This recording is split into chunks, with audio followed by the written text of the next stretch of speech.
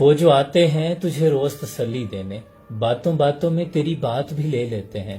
آپ کو لگتا ہے کہ یہ میرا غم بانٹنے آئے ہیں، مجھے تسلی دینے کے لیے آئے ہیں، لیکن وہ تو اس ٹوہ میں ہوتے ہیں کہ ہمیں اندر کی بات پتہ چل سکے۔ اس لیے محتاط رہنا، اپنے راز اپنے تک رکھنا، تاکہ تم بادشاہوں جیسی زندگی بسر کر سکو۔ لیکن جب تم اپنے راز کھول دیتے ہو، بول دیتے ہو، تو پھر تم اپنے لفظوں کے غلام بن جاتے ہو۔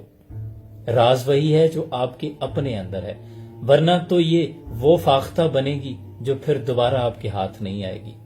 بزرگ کہندے سن کہ پتر گل تے کہندی ہے تو مینوں منہوں کڈ، میں پھر تینوں پنڈوں کڈانی ہے۔ یعنی تم نے ایک دفعہ کی تو پھر اڑتی اڑتی یوں رسوائی کا باعث بنے گی کہ پھر تم ذلیل و رسوا ہو جاؤ گے۔ اس لیے اگر خوش رہنا چاہتے ہو، مضبوط رہنا چاہتے ہو، تو اپنے رازدار خود بن جاؤ۔ سلامت رہیں۔